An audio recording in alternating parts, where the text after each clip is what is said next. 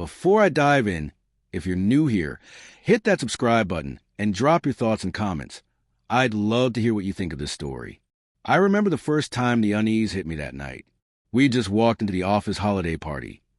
Twinkling lights reflecting off crystal glasses, the hum of coworkers laughing, champagne bottles popping. I felt a little out of place in my suit, but she, my wife, looked radiant, effortless. And then I saw him, James, her coworker, the guy who always seemed too familiar, too smooth with everyone. Tonight, though, he zeroed in on me. Not subtle, not casual. He smiled like he knew some joke at my expense, leaned closer, and said just loud enough for me to hear, "Nice suit for a mid-level guy." I forced a laugh, heart sinking, because something in his tone, cocky, predatory, was off. I glanced at her.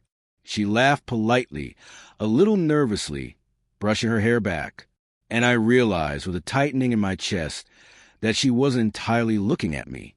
Over the next hour, small things chipped away at me. Missed calls from her that I brushed off, a text alert flashing on her phone that she hastily silenced when I glanced over. She kept whispering with James, laughing a little too long, leaning just a fraction closer. My stomach knotted, but I told myself I was imagining things, that I was being paranoid. And yet, the subtle cruelty in James's smirk, the way he seemed to orbit around her, made me uneasy in a way I couldn't shake. I watched him across the room, a pang of doubt growing in me. Maybe I was overreacting. Maybe it was nothing. But something deep inside whispered that it was everything. The tipping point came later. She excused herself to get more drinks, and James sidled up beside me, voice low, conspiratorial. "Don't worry, man. I'll make sure she's entertained tonight," he said, and the smirk that followed made my stomach twist. Humiliation, anger, disbelief, they hit me all at once. I wanted to yell, to push him away, but my hands felt frozen, powerless. When she returned, I confronted her gently, trying to hide the storm inside me. "Are you okay? You seem distracted." Her eyes flicked past mine, a fraction too long. Then she laughed softly. "I'm fine, just talking people. It's a party." But there was a tightness around her lips, a flicker of guilt she couldn't hide. The drive home was unbearable. I kept replaying every moment, every glance, every laugh. Her hand brushed mine once, light as a feather, and I recoiled inwardly. My love for her was still there, stubborn and raw, but it was tainted by suspicion, poisoned by doubt.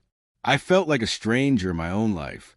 It wasn't until a week later that the truth surfaced, not in a grand confession, not in an explosive fight, but in the quiet, damning clarity of her messages. A notification popped up while she left her phone unattended. Text from James, casual, flirty, the kind of words that make a home feel like it's full of strangers. And then the accidental evidence. Photos, hidden exchanges, laughter I wasn't meant to hear. I felt like the floor had fallen out from under me. Memories that once warmed my heart now stabbed it. The first date, her laugh when I messed up dinner, the quiet mornings we shared coffee in bed, they all carried the sting of betrayal now. Every "I love you" felt heavier, weighted with doubt. I confronted her that night, alone in our dimly lit living room. Her eyes brimmed with tears, guilt spilling over in uneven breaths. "I didn't mean for it to go this far," she whispered. And in that moment, I understood both sides, the pull of temptation, the human flaw in all of us, but also the magnitude of trust she had broken. "I can't do this," I said softly, the weight of my heartbreak pressing down. "I loved you. I still do. But I can't live in a house where I wonder if the person I trusted most is on someone else's mind." She nodded, ashamed, her body trembling. But I could see relief, too. Maybe she expected this. Maybe part of her knew the betrayal couldn't survive in the open. I left the room that night with a heavy heart. Each step measured. Each breath a silent promise to myself that I would rise from this. The days after were surreal. I replayed conversations, traced the moments I ignored signs, and allowed myself the grief I had denied. But slowly, strength returned. I realized my worth wasn't defined by her choices, and my life could continue beyond the shadow of someone else's betrayal. In the end, Closure didn't come from her apology or even James's humiliation. It came from reclaiming my own peace, remembering that love cannot thrive on lies, and understanding that heartbreak, painful as it is, can carve the path towards self-respect and clarity. If there's one lesson I learned from that night, it's that betrayal changes everything, but it doesn't have to define you. Sometimes, the most powerful revenge is simply living well after being wronged. So tell me, have you ever experienced something like this? Drop your thoughts in the comments. And don't forget to subscribe for more stories like this.